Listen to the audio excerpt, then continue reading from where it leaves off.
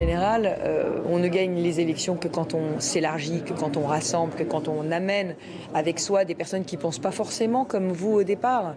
Et donc je crois qu'aujourd'hui, effectivement, et c'est ce que je propose notamment à Rachida Dati, mais aussi aux maires d'arrondissement, je pense qu'il faut qu'on fasse tous un projet collectif. Pour Paris, cette ville a besoin d'un autre projet.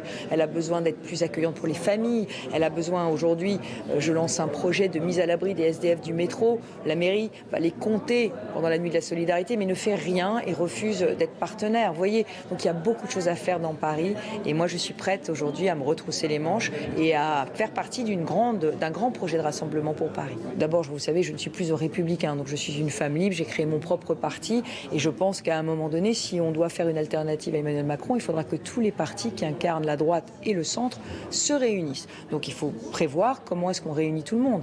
Mais je pense que Xavier Bertrand, François Baroin, moi, nous avons tous vocation à construire ensemble ce projet pour le pays. Mais mettons déjà des idées sur la table et puis après, on parlera du leadership.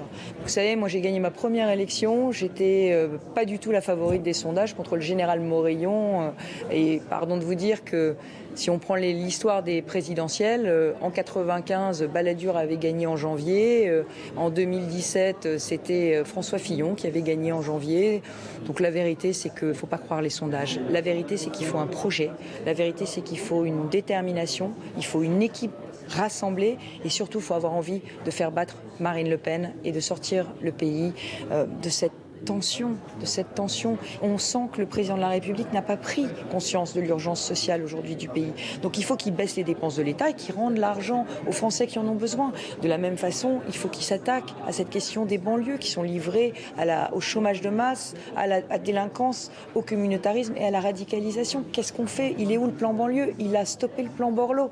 Donc il y a plein de divergences entre Emmanuel Macron et moi. Bien évidemment, mon principal ennemi, c'est d'abord Marine Le Pen.